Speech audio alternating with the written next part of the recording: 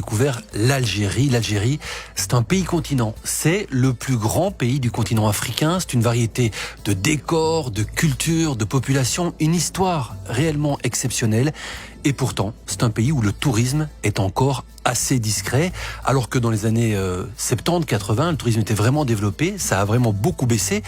Et vous allez voir que c'est un avantage pour les amoureux de voyage comme moi, parce que ça rend ce voyage d'autant plus authentique. Je me suis rendu à Alger, effectivement, je me suis rendu aussi à Gardaïa, aux portes du désert du Sahara, et puis à Timimoun, en plein cœur du désert, une autre oasis qui se trouve justement là-bas. J'ai passé une petite semaine, mais j'en ai pris vraiment plein les yeux. Quand vous en parliez autour de vous, est-ce que c'est encore un pays qui fait peur? Parce que voilà, il a vécu des années terribles, ce pays, d'où le fait qu'il n'y ait plus de tourisme. Aujourd'hui, est-ce qu'il a encore cette image?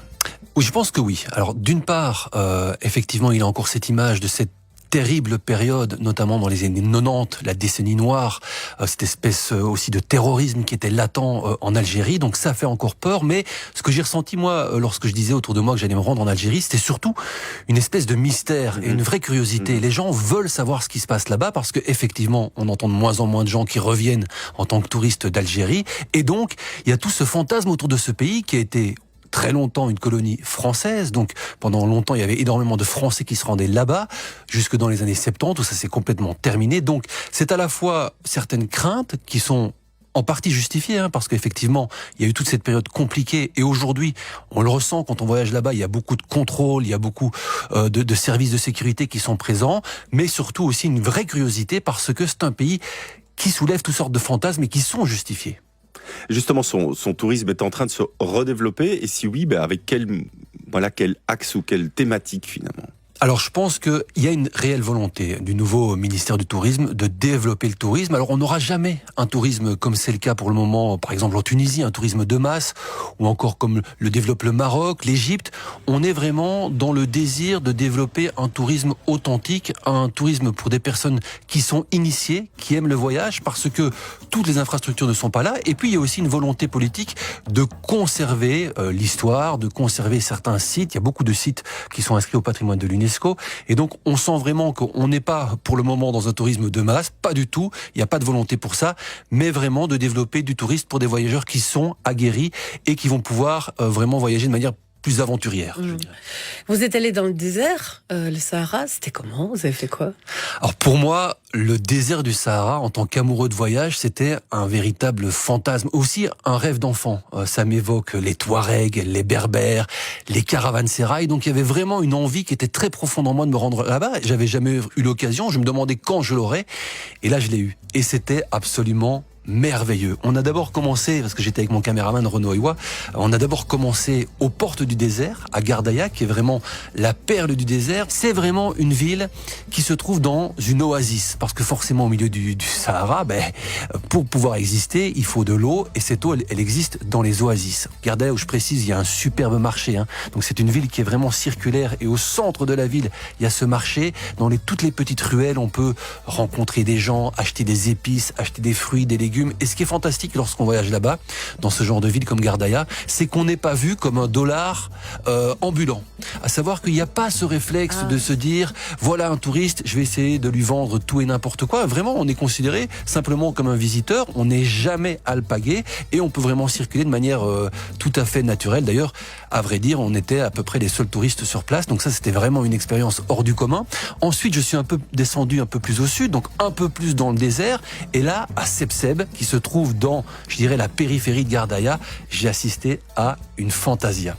Alors, je ne sais pas si vous savez c'est quoi une fantasia. C'est pas avec les chevaux qui se battent, exactement. C'est une simulation. Exactement. C'est une tradition avec qui est des costumes aussi. Merveilleux. C'est une tradition qui est séculaire dans cette région du Maghreb, où justement on reproduit des assauts militaires, soit à dos de cheval, soit à dos de chameau. J'ai pu assister à ça vraiment en plein cœur du désert. C'était merveilleux. Ils tirent avec des grands fusils, mais c'est de la poudre, il n'y a pas de vraies balles. Ils tirent, et il y avait tout le village qui s'était réuni autour de cet événement pour pouvoir y assister.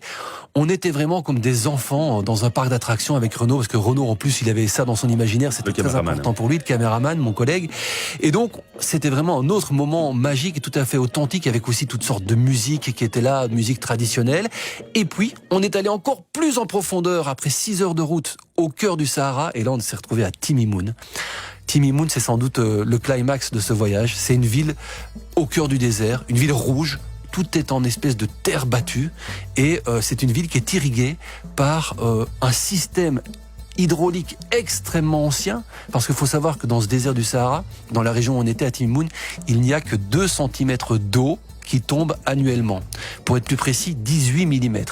Et pourtant, il y a des villes qui existent, il y a des palmeraies avec toutes sortes de palmiers, de choses merveilleuses, parce qu'il y a un système d'irrigation, les Foggara, qui peuvent amener de l'eau depuis 20 km, parce qu'il existe dans le désert des nappes phréatiques. Et donc, on a pu vraiment analyser, faire une petite séquence sur ce système d'irrigation et sur cette ville de Timimoun, qui est absolument magique, authentique. On avait aussi un petit marché des habitants locaux. Certains nous regardaient un peu d'un coin d'œil, ils disaient qu'est-ce qu'ils font là, ceux-là.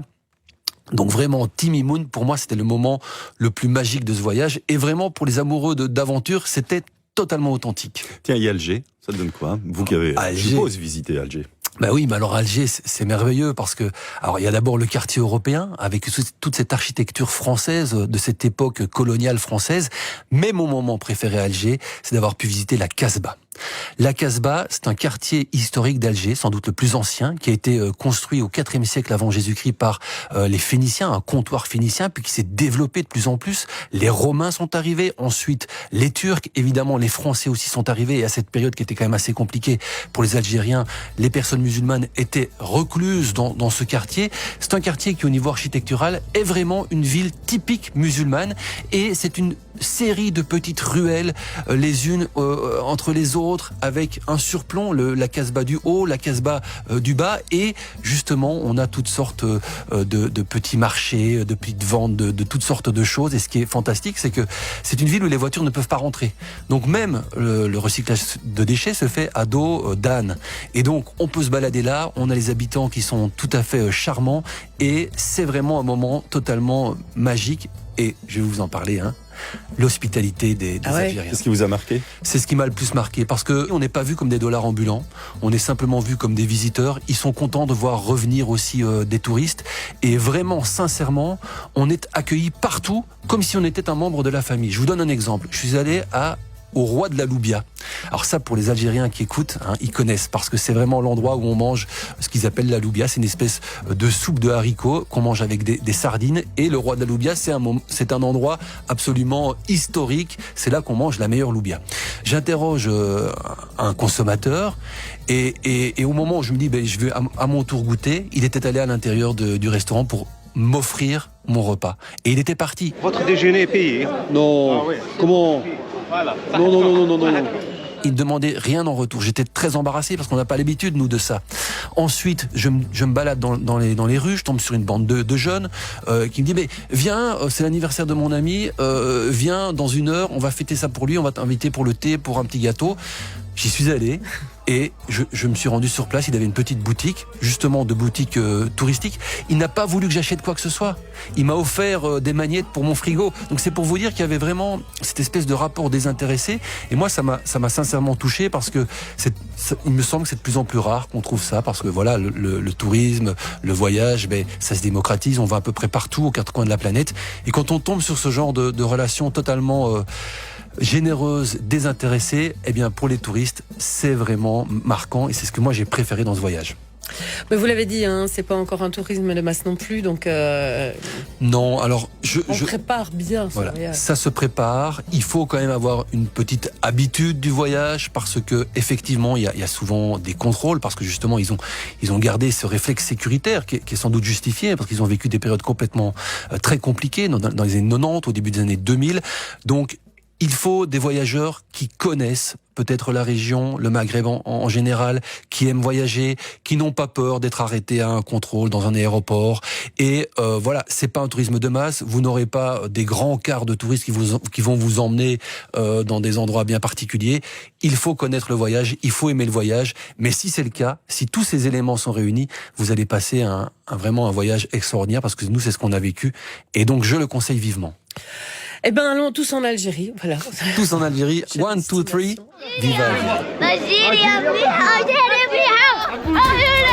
Et si vous souhaitez découvrir encore plus de contenu de ce monde à part, n'hésitez pas à rejoindre notre communauté de voyageurs en vous abonnant à notre page Facebook.